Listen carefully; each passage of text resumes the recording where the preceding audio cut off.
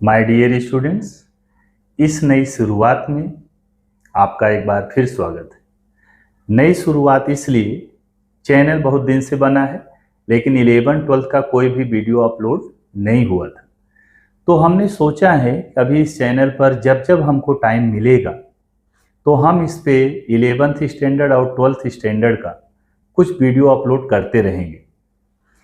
हम शुरू करने जा रहे हैं महाराष्ट्र सीईटी यानी कॉमन एंट्रेंस टेस्ट का जो एग्ज़ाम होता है उसका प्रीवियस ईयर क्वेश्चंस करेंगे और प्रीवियस ईयर क्वेश्चंस के साथ साथ हम लोग कॉन्सेप्ट भी समझते जाएंगे। ऐसा नहीं कि सिर्फ डायरेक्ट ऐसे क्वेश्चन उठाए उसको सॉल्व कर दिया।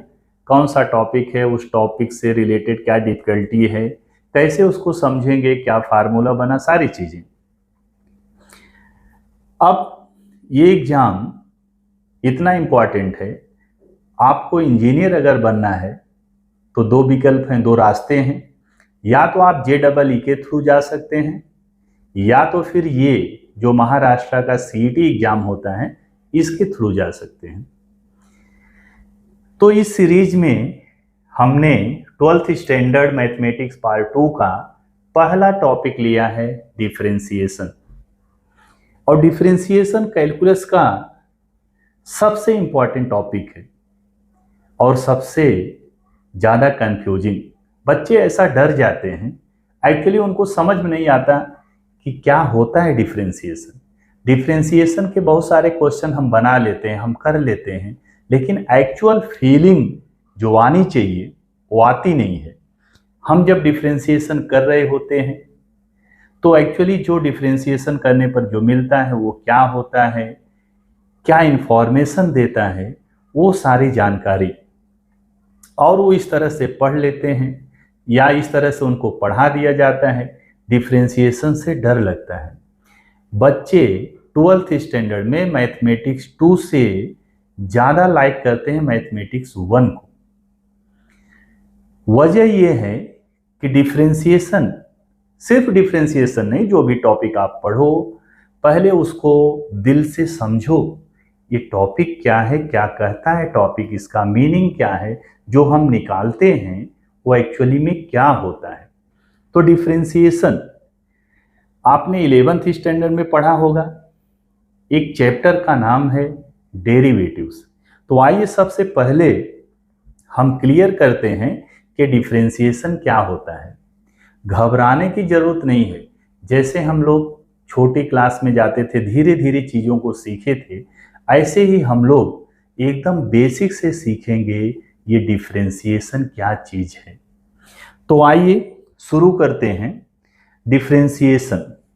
एक बार अगर अपने को दिल से समझ में आ गया, हाँ यार यही होता है डिफरेंशिएशन, और जैसे ही समझ में आए कि डिफरेंशिएशन ये होता है और जो निकालते हैं वो ये चीज़ होती है, तो फिर अपने को फार्मूला भी याद हो जाता है, सारे कॉन्सेप्ट भी क्लियर हो जाते हैं और हम लोग क्वेश्चन भी इजीली कर सकते हैं। तो आइए सबसे पहले स्टार्ट करते हैं डिफरेंशिएशन। ये क्या चीज़ है डिफरेंशिएशन? तो ये जो डिफरेंशिएशन है, और 11th स्टैंडर्ड में जो आपने टॉपिक पढ़ा है, एक जो चैप्टर पढ़ा था वो पढ़ा था डेरिवेटिव्स। सबसे पहले तो यही समझना है कि ये डिफरेंशिएशन और डेरिवेटिव दो अलग अलग चीजें हैं या फिर एक ही चीज है।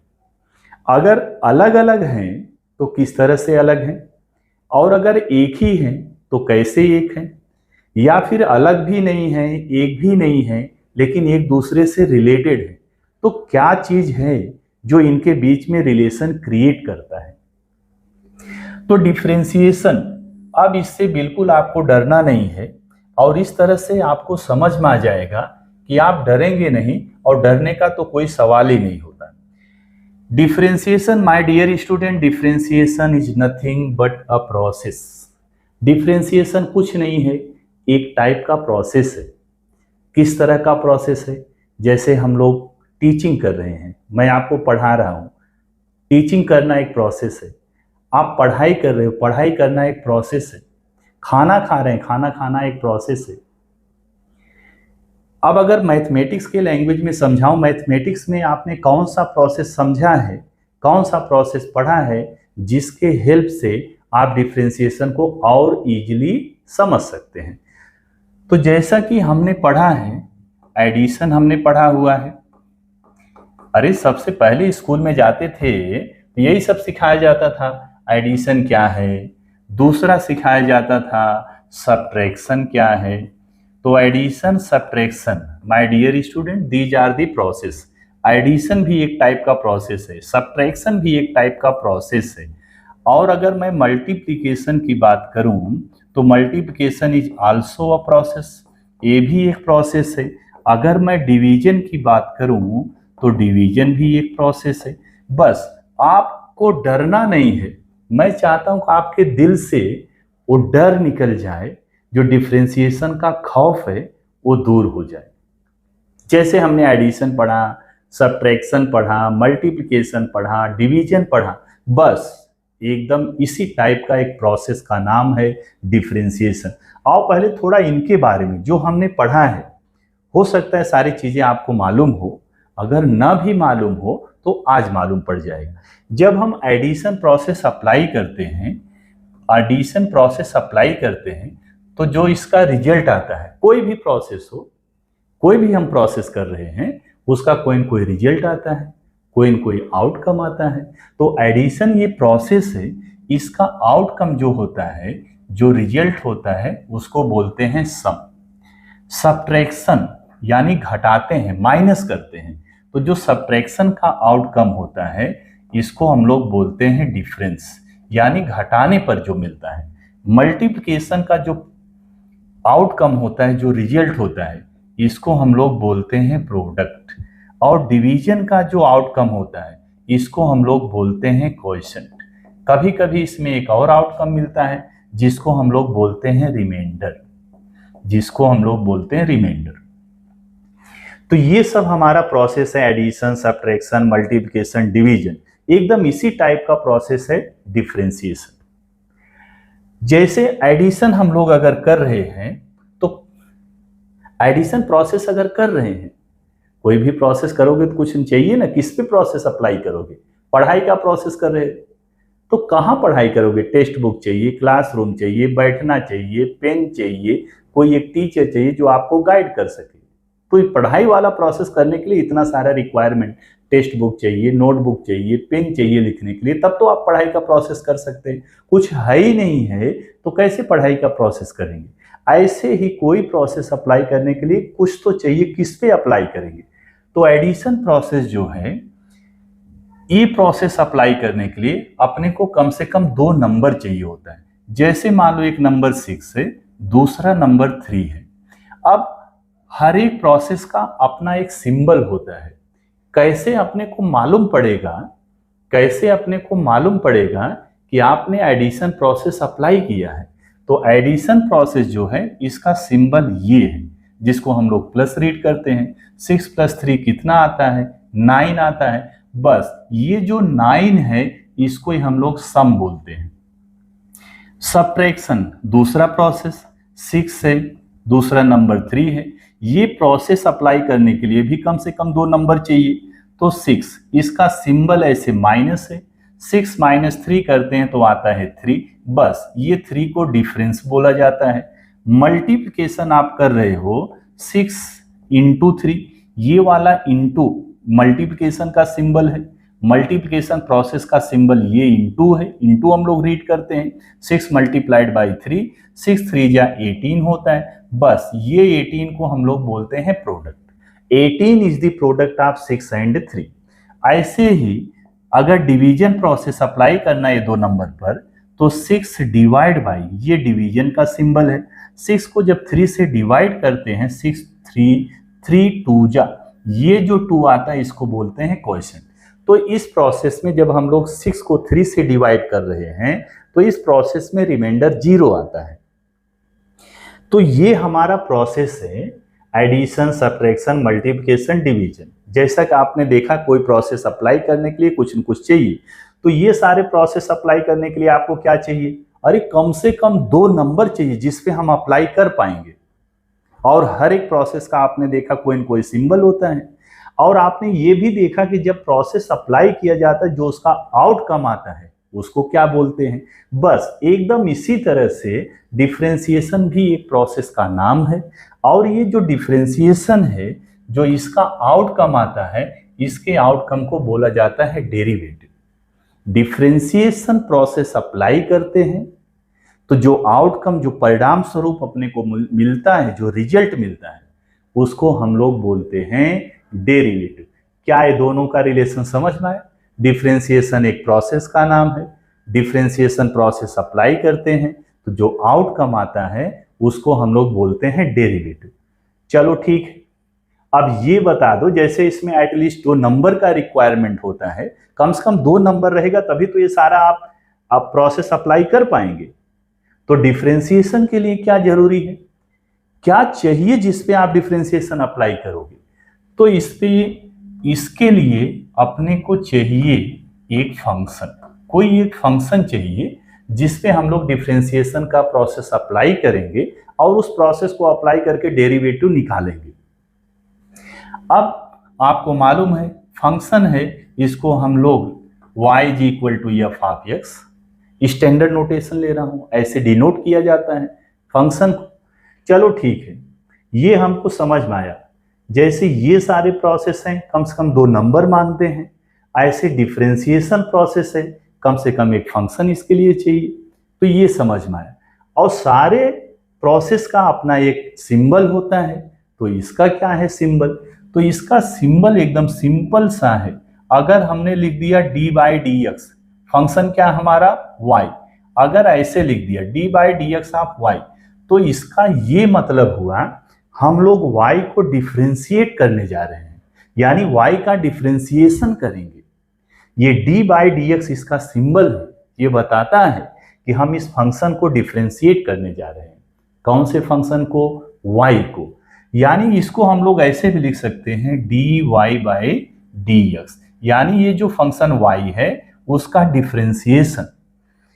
ये सिंबल तो है लेकिन एक चीज और बताता है, डी बाई डी एक्स लिखा है यानी फंक्शन y का डिफरेंशिएशन तो निकालेंगे, लेकिन कौन से चीज के रिस्पेक्ट में, किसके रिस्पेक्ट में? x के रिस्पेक्ट में।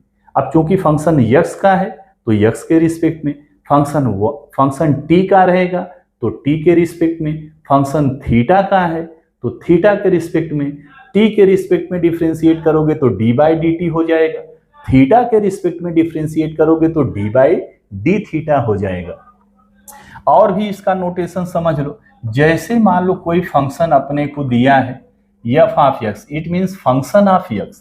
अब इसको हम लोग ऐसे भी डिनोट कर सकते हैं f dash x, single dash लगा है यानी फर्स्ट ऑर्डर डेरिवेटिव है। ये फर्स्ट ऑर्डर डेरिवेटिव क्या होता है? तो अभी हम लोग जैसे जैसे आगे बढ़ेंगे आपको चीजें समझ में आएगी। First order derivative, second order derivative, third order derivative, ऐसे हम लोग nth ऑर्डर डेरिवेटिव तक जाएंगे। फर्स्ट ऑर्डर डेरिवेटिव यानी फंक्शन को एक बार डिफरेंशिएट किया गया है।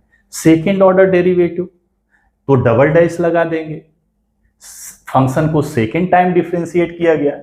तो इधर भी हम लोग सेकंड ऑर्डर डेरिवेटिव को ऐसे f डबल डैश x से डिनोट किया जाएगा। अगर y करके फंक्शन दिया है या आपने y करके फंक्शन को कंसीडर किया है, सेकंड डेरिवेटिव लिखा जाता है d2y अपॉन dx2। कुछ लोग इसको ऐसा रीड करते हैं d square y upon d x square, तो आपके ऊपर है, but this is a symbol. D square y upon d x square या d2y अपॉन dx2 रीड करो, चाहे जैसे रीड करो। एक और इसका सिंबल है, एक और सिंबल है इसका। मान लो फंक्शन ए आपको दिया है, अगर इसको आप एक बार डिफरेंशिएट किए तो dy बाई डी एक्स लिखोगे, 2 बार डिफरेंशिएट किए d2y अपॉन dx2 लिखोगे, थर्ड टाइम डिफरेंशिएट किए d3y अपॉन dx3 लिखोगे। इस तरह से, या समझो हायर ऑर्डर डेरिवेटिव है, मोर देन 3 टाइम्स है, मोर देन 3 टाइम्स है तो कितना पावर लगाओगे? और इधर ऐसे f dash x first order derivative, f double dash second order derivative, f triple dash x third order derivative. एक और सिंबल है मान लो फोर्थ ऑर्डर डेरिवेटिव निकालना है, तो ऐसे लिखने की जरूरत नहीं, डैश भी आपको लगाने की जरूरत नहीं है, डायरेक्ट आप ऐसे लिख सकते हैं y4। फिफ्थ ऑर्डर डेरिवेटिव निकालना है, y5 लिख सकते हैं। ये हो गया सिंबल की बात। तो हम अपने को समझ में आ गया डिफरेंशिएशन एक प्रोसेस है, फंक्शन पे अप्लाई करते हैं, जो आउटकम आता है डेरिवेटिव बोलते हैं, और हमने उसका सिंबल समझ लिया डी बाई डी एक्स से, या डी बाई डी टी से, या डी बाई डी थीटा से, ऐसे डिनोट किया जाता है, वो उसका सिंबल है। और दूसरी चीज जो सबसे इंपॉर्टेंट चीज है, जहां से कंफ्यूजन स्टार्ट होता है, अब उस टॉपिक पे हम लोग चलते हैं। ये जो हमने निकाला, जो डेरिवेटिव निकाला, जैसे मान लो y is equal to f of x है, इसका हमने जो डेरिवेटिव निकाला कैसे डिनोट करेंगे, dy बाई डी एक्स से। क्या ये डेरिवेटिव सिर्फ डेरिवेटिव है या और कोई इंफॉर्मेशन देता है? हमको इस डेरिवेटिव से और कोई जानकारी मिलती है क्या? ये सवाल इंपॉर्टेंट है। तो ये जो dy बाई डी एक्स है, ये कहा जाता है slope of the tangent. This is the slope of the tangent to the curve y is equal to f of x. अब यहां से आपको बड़े ही ध्यान से समझना है चीजों को।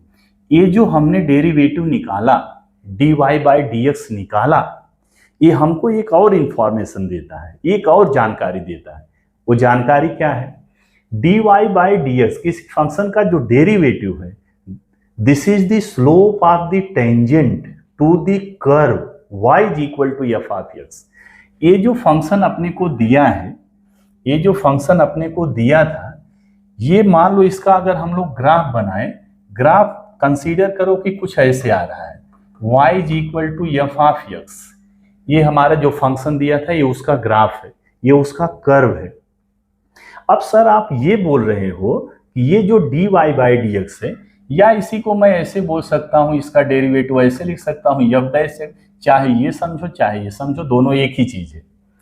अब आपने ये बोला कि जो dy बाई डी एक्स है, this is the slope of the tangent to the curve y is equal to f of x. ये कर्व है, इस पर खींचे गए टेंजेंट का स्लोप है। इस कर्व पर खींचे गए टेंजेंट का, कर्व का इक्वेशन अगर y is equal to f of x ऐसे दिया है, तो इस कर्व पर जो टेंजेंट हम ड्रॉ करेंगे उसका स्लोप है। अब सवाल यहीं से शुरू होता है, यहीं से कंफ्यूजन शुरू होता है कि सर इस कर्व पर तो हम लोग बहुत सारे टेंजेंट ड्रॉ कर सकते हैं। जैसे देखो ये पॉइंट ले लिया तो इस पे हम लोग ऐसे टेंजेंट ड्रॉ कर सकते हैं, ये पॉइंट ले लिया तो इस पे ऐसे टेंजेंट ड्रॉ कर सकते हैं, ये पॉइंट ले लिया तो इस पे टेंजेंट ऐसे होगा। इस तरह से आप देख पा रहे हैं कि ये जो कर्व है, इस पे इनफाइनाइट नंबर ऑफ पॉइंट्स हैं, बहुत सारे पॉइंट्स हैं, इनफाइनाइट नंबर ऑफ पॉइंट्स। तो हम लोग हर पॉइंट पे टेंजेंट ड्रॉ कर सकते हैं। अब सवाल ये है, यही कंफ्यूजन है कि ये जो dy बाई डी एक्स है, किस वाले टेंजेंट का स्लोप है? टेंजेंट तो बहुत सारे हैं, टेंजेंट्स तो बहुत सारे हैं, लेकिन ये अगर स्लोप है तो किसी एक टेंजेंट का स्लोप होगा। कौन से टेंजेंट का स्लोप है? बस कंफ्यूजन यहीं से शुरू होता है और यहीं से आपको क्लियर होना है, यहीं से चीजों को समझना है। तो आइए इसको समझने के लिए हम लोग थोड़ा सा 10th स्टैंडर्ड में चलते हैं। 10th स्टैंडर्ड में हमने एक बहुत अच्छा चैप्टर पढ़ा है, अरिथमेटिक प्रोग्रेशन। और इस अरिथमेटिक प्रोग्रेशन में एक मस्त फार्मूला पढ़ा है, Tn is equal to a plus n minus 1 into d. क्या इस फार्मूले के बारे में कुछ जानकारी है? होना ही चाहिए और होगा ही, जानकारी होगा ही। ये जो फार्मूला है Tn is equal to a plus n minus 1 into d, जिसमें a AP का फर्स्ट टर्म होता है, d जो है कॉमन डिफरेंस होता है, n उसका नंबर ऑफ टर्म बोल लो या टोटल नंबर्स बोल लो। अब जैसे मान लो कोई एपी हमने ले लिया 2, 4, 6, 8, 10, 12, इस तरह से हमने एपी ले लिया और हमने बोला कि इस एपी का आप 20th टर्म निकालो, 20वां टर्म निकालो। तो आपको मालूम है 10th स्टैंडर्ड में पढ़ा है T20, बस n की जगह क्या रख देते हैं 20, तो T20 ए मतलब फर्स्ट टर्म क्या है 2 प्लस n की जगह क्या रखा है 20 -1 इंटू डी, कॉमन डिफरेंस आपको मालूम है T2 minus T1 T3 minus T2 T4 minus T3 करके निकालते हैं। तो जब ऐसे कॉमन डिफरेंस निकालेंगे तो 2 आ जाएगा। अब जब हम इसको सॉल्व करेंगे तो अपने को इस एपी का 20वां टर्म मिल जाएगा, 20th टर्म मिल जाएगा। जबकि अगर आप ध्यान दो, ये जो फार्मूला लिखा है ये इस फार्मूला को हम लोग बोलते हैं general term of an AP. General term of an AP, किसी एपी का जनरल टर्म, या एक और इसका नाम है nth term of an AP. ये फार्मूला इतना पावरफुल होता है, किसी भी एपी का कोई भी टर्म आप निकाल सकते हैं, 100वां टर्म, 200वां टर्म, 300वां टर्म, कोई भी टर्म निकाल सकते हैं, कोई भी टर्म निकाल सकते हैं। n की वैल्यू रख दो, जो टर्म आपको चाहिए। 50th टर्म चाहिए, n की जगह 50 रख दो। 60th टर्म चाहिए, n की जगह 60 रख दो। आओ, अगर आप इसको समझ गए, एपी का कोई भी टर्म निकालने का एक जनरल फार्मूला है। सेम उसी तरह से ये जो dy बाई dx होता है, ये टेंजेंट का स्लोप तो होता है, लेकिन ये जनरल फॉर्म में होता है। कौन से फॉर्म में? जनरल फॉर्म में। जैसा ये फार्मूला जनरल टर्म का है, जनरल फॉर्म में लिखा है, सेम वैसे ही अब आप कोरिलेट कर पा रहे हो दोनों को। ये जनरल टर्म एपी का, ये general slope of the tangent to the curve. अगर इसको मैं ऐसे बोल दूं general slope of the tangent to the curve, तो आपको और अच्छे समझ में आएगा। आओ एक एग्जांपल बताऊं। अगर ये आप बोल रहे हो कि जनरल टर्म जनरल स्लोप है, तो हम लोग किसी पर्टिकुलर टेंजेंट का स्लोप कैसे निकालेंगे? जैसे मान लो ये वाला जो टेंजेंट हमने ड्रॉ किया है, अब किसी पॉइंट पे आपने टेंजेंट ड्रॉ किया है, तो इसका कुछ न कुछ कोऑर्डिनेट होगा। अगर मैं x एक्सिस y एक्सिस के रिस्पेक्ट में देखूं, तो अगर मैं ये मान लूं कि ये पॉइंट जो है x इज इक्वल टू 2 पर है, बस ये जो आपने जनरल फॉर्म निकाला है, स्लोप का जनरल फॉर्म निकाला है, इसमें इसी में जो आपको आया रहे, जो आपको मिला रहेगा, इसी में x की जगह 2 रख दो। पर्टिकुलर उस वाले टेंजेंट का, जो x इज इक्वल टू 2 वाले पॉइंट पे जो टेंजेंट ड्रॉ किया गया है, पर्टिकुलर उसका स्लोप मिल जाएगा। क्या बात समझ में आ रही? और दूसरा एग्जांपल ले लूं। मान लो हमको कोई फंक्शन इस तरह से दिया है 3x square plus 4x plus 7। अब थोड़ा बहुत क्या स्टेट बोर्ड में आपने पढ़ा, 11 में पढ़ा है, इसका डेरिवेटिव आपको निकालने आता है dy बाई dx। तो 3x स्क्वायर का 2 3 जा 6x, और ये 4x का 4, एक कांस्टेंट टर्म है, 0 हो जाएगा। यानी dy by dx is equal to 6x plus 4। ये क्या चीज हमको बता रहा है? अगर ये वाला फंक्शन कंसीडर करो, ये जो फंक्शन है उसका ग्राफ यही है, ये जो कर्व है ना, कंसीडर कर लो कि ये जो कर्व है, ये जो फंक्शन है, उसका ग्राफ यही है, ये वाला कर्व इसका ग्राफ है। अब इस ग्राफ पे, इस कर्व पे तो इनफाइनाइट नंबर आप टेंजेंट ड्रॉ कर सकते हैं। तो किसका स्लोप? तो जो हमने इसको डिफरेंशिएट किया, जो डेरिवेटिव मिला, ये बोल रहा है कि भाई ये जो कर्व है, इस पर खींचे गए किसी भी टेंजेंट का स्लोप ये दे सकता है। इसी फॉर्म में है, अभी इसी फॉर्म में है। ये अलग टॉपिक का जनरल फॉर्म है, ये अलग टॉपिक का जनरल फॉर्म है। अब अगर कोई बोले हमको एक इंडिविजुअल, एक पर्टिकुलर टेंजेंट का स्लोप बता दो, तो भाई टेंजेंट कहां, आप किस पॉइंट पे ड्रॉ कर रहे हो?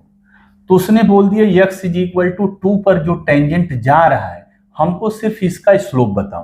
तो कुछ नहीं करना है, ये वाला जो आपने निकाला, इसी में dy by dx at x is equal to 2, यानी x की जगह 2 रख दो। तो 6 इंटू 2 प्लस 4, 6 2 जा 12 प्लस 4 कितना आ जाएगा 16। यानी कि x इज इक्वल टू 2 पर जो टेंजेंट ड्रॉ किया गया है, उसका स्लोप ये है 16। क्या इतना बात समझ में आई? तो हमने क्या क्या सीख लिया? हमने सीख लिया डिफरेंशिएशन एक प्रोसेस है, किसी फंक्शन पे अप्लाई करते हैं, उसका सिंबल देखा, जो आउटकम होता है डेरिवेटिव कहलाता है। और जो dy बाई dx निकालते हैं ये स्लोप का जनरल फॉर्म होता है। अब किसी इंडिविजुअल या किसी पर्टिकुलर टेंजेंट का स्लोप चाहिए तो हम देखेंगे को टेंजेंट किस पॉइंट पे ड्रॉ किया गया है। जैसे यहां पर एग्जांपल समझ रहे थे कि x इज इक्वल टू 2 जहां है उस पर जो टेंजेंट ड्रॉ किया गया उसका स्लोप बताओ, तो हमने x इज इक्वल टू 2 रख दिया। x इज इक्वल टू 2 रख दिया तो हमको उस पर्टिकुलर टेंजेंट का स्लोप मिल गया। आइए थोड़ा आगे बढ़ते हैं, थोड़ा आगे बढ़ते हैं। तो ये जो स्लोप, अब इसका भी स्लोप का भी फीलिंग आपको आना चाहिए। जैसे आओ मैंने एक फंक्शन आपको दे दिया y is equal to x और मैंने बोला इसको इसका डेरिवेटिव निकालो, या मैंने बोल दिया find the slope of this function. अब आप समझ पा रहे हो कि लाइन का इक्वेशन है, एक कर्व नहीं बनेगा, लाइन का बनेगा।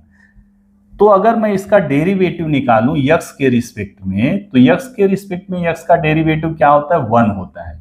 यानी ये जो है इस फंक्शन का स्लोप कितना है? 1 है। और ये फंक्शन कर्व नहीं है, एक स्ट्रेट लाइन है। और ग्राफ से अगर मैं समझाऊं, अगर हम लोग इसका ग्राफ बनाए x axis y axis and this is the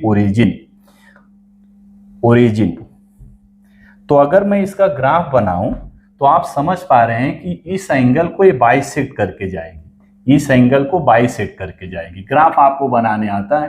अगर x की जगह 1 है तो y भी 1 आएगा, x 2 लिया तो y भी 2 आएगा, यानी x पे 1 तो y पे भी 1, यानी यहाँ x पे 2 तो y पे 2, यानी यहाँ। तो यानी कि ये जो लाइन है इस एंगल को बाइसेक्ट कर रही है, और बाइसेक्ट कर रही है तो आप देख पा रहे हैं कि ये वाला एंगल हो जाएगा 45 degree, and this 45 degree angle is the inclination of this line.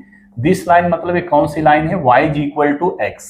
और अगर हम लोग 10th में जैसा निकाल रहे थे, 10th में हम स्लोप कैसे निकालते थे? स्लोप को m से डिनोट करते थे, और स्लोप इज इक्वल टू होता था tan theta. tan theta, theta क्या है? इंक्लाइनेशन ऑफ द लाइन, और इस लाइन का इंक्लाइनेशन कितना है? 45।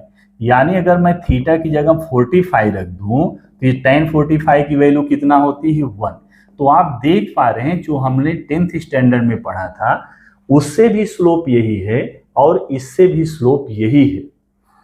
अब आपके लिए एक क्वेश्चन है, इस क्वेश्चन को आपको कमेंट करके बताना है, या आप जैसे भी बताना चाहें। किसी भी लाइन के स्लोप को, जैसे मान लो किसी लाइन का स्लोप हमने दे दिया कि इस लाइन का स्लोप है 2। अब इस लाइन का स्लोप 2, जैसे इसके पहले मैंने बोला dy by dx is the slope of the tangent, और यहां बोल रहा हूं स्लोप ऑफ द लाइन, तो घबराना नहीं है। क्यों? Slope of the tangent, slope of the line. अरे बाबा टेंजेंट भी तो एक लाइन है, चाहे बोलो आप slope of the tangent line या बोलो स्लोप ऑफ द लाइन, दोनों एक ही है। मेरा क्वेश्चन ये है, अगर मैंने किसी लाइन का स्लोप दे दिया 2, तो क्या फिजिकल सेंस क्या आप समझ पाते हैं इससे?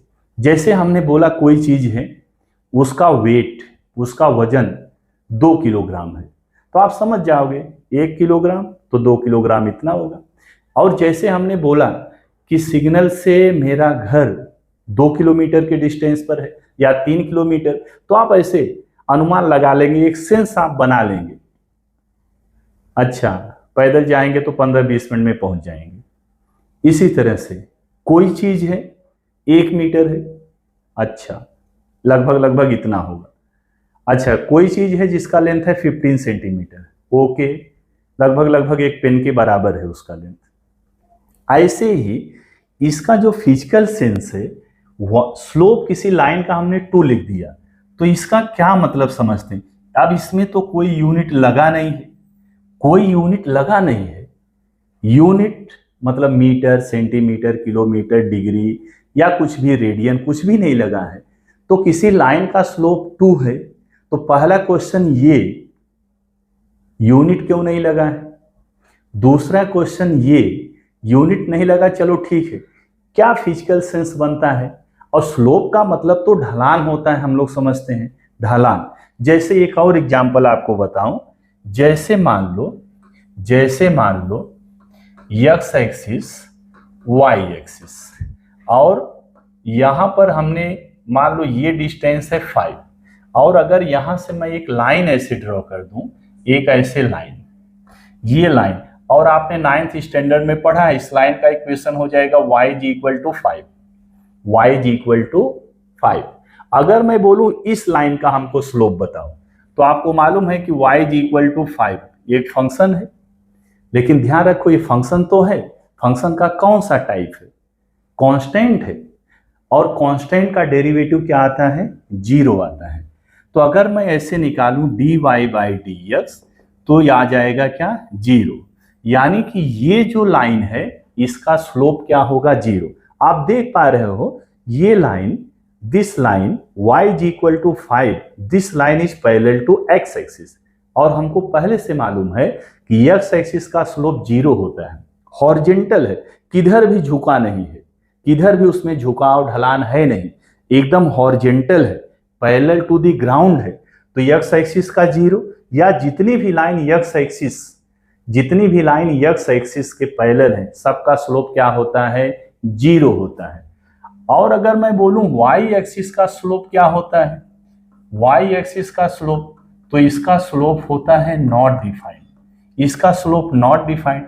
क्यों होता है नॉट डिफाइंड, और इसका स्लोप आप तो देख ही पा रहे हैं, इसका स्लोप क्या है, 0 है। Slope of x axis is 0 and lines which are parallel to x axis slope are 0। जितनी भी लाइन x एक्सिस के पैरेलल हैं सबका स्लोप 0 होता है, और y एक्सिस का स्लोप डिफाइंड नहीं होता है। क्यों नहीं डिफाइंड होता है, अब अगर इस लाइन का इंक्लाइनेशन देखो तो 90 डिग्री है, और स्लोप निकालने का फार्मूला जो हमने पहले पढ़ा है tan 90, और ये आपको मालूम है कि tan 90 क्या होता है, नॉट डिफाइंड होता है। क्यों नॉट डिफाइंड होता है, ये ट्रिग्नोमेट्री का पार्ट, कभी हम लोग वो टॉपिक पढ़ेंगे तो वहां डिस्कस करेंगे। तो क्वेश्चन जो आपके लिए था कि ये जो स्लोप है 2 लिखा है, या कोई भी हम लोग स्लोप निकालते हैं तो वहां यूनिट नहीं लगाते। पहला क्वेश्चन की यूनिट क्यों नहीं लगाते, और दूसरा क्वेश्चन ये कि इससे क्या फिजिकल सेंस बनता है, यूनिट नहीं लगाते, सही बात है, क्यों नहीं लगाते ये फाइंड आउट करना है, और इसका क्या फिजिकल सेंस बनता है, तो इस पे हम लोग डिस्कस करेंगे नेक्स्ट वीडियो में। जबकि हमने ये सीरीज, ये जो शुरुआत किया है, इसमें हम लोग MST CT यानी महाराष्ट्र CT के प्रीवियस ईयर के क्वेश्चन को करने वाले हैं। तो मेरे ध्यान में आया कि फर्स्ट वीडियो है तो थोड़ा डिस्कस किया जाए। बच्चे डिफरेंशिएशन से डरते हैं, उनके मन में बैठा हुआ डर पहले निकाला जाए। डिफरेंशिएशन से डरने की कोई ज़रूरत नहीं है, इजी टॉपिक है, बस इसका जो फीलिंग है वो आपके अंदर आ जाए, अच्छा तो फिर ये होता है डिफरेंशिएशन, जो हम लोग निकालते हैं स्लोप ऑफ द टेंजेंट या slope of the tangent to the curve. और जो dy/dx निकालते हैं वो जनरल फॉर्म में होता है। किसी पर्टिकुलर टेंजेंट का स्लोप अगर अपने को चाहिए तो हम लोग वो टेंजेंट किस पॉइंट पे ड्रॉ किया गया है, यानी x की वैल्यू उसमें रखते हैं तो अपने को उस पर्टिकुलर टेंजेंट का स्लोप मिल जाता है। तो नेक्स्ट वीडियो में हम स्टार्ट करेंगे कुछ, अगर जो अपने को लगा कि इसमें आपको डाउट हो सकता है तो हम लोग उस पर डिस्कस करेंगे। बाकी हम लोग इसके क्वेश्चन को स्टार्ट कर देंगे। डिफरेंशिएशन है, यहाँ लिखा है more than 300 question, but more than 300 नहीं, more than 500, more than 400 question आपको मिलेंगे। इतने सारे क्वेश्चंस करेंगे और इतने ज़्यादा वैरायटी आप क्वेश्चन करेंगे कि कोई भी क्वेश्चन आपसे गड़बड़ नहीं होगा, सारे क्वेश्चन आप बना पाएंगे। तो मिलते हैं अगली वीडियो में।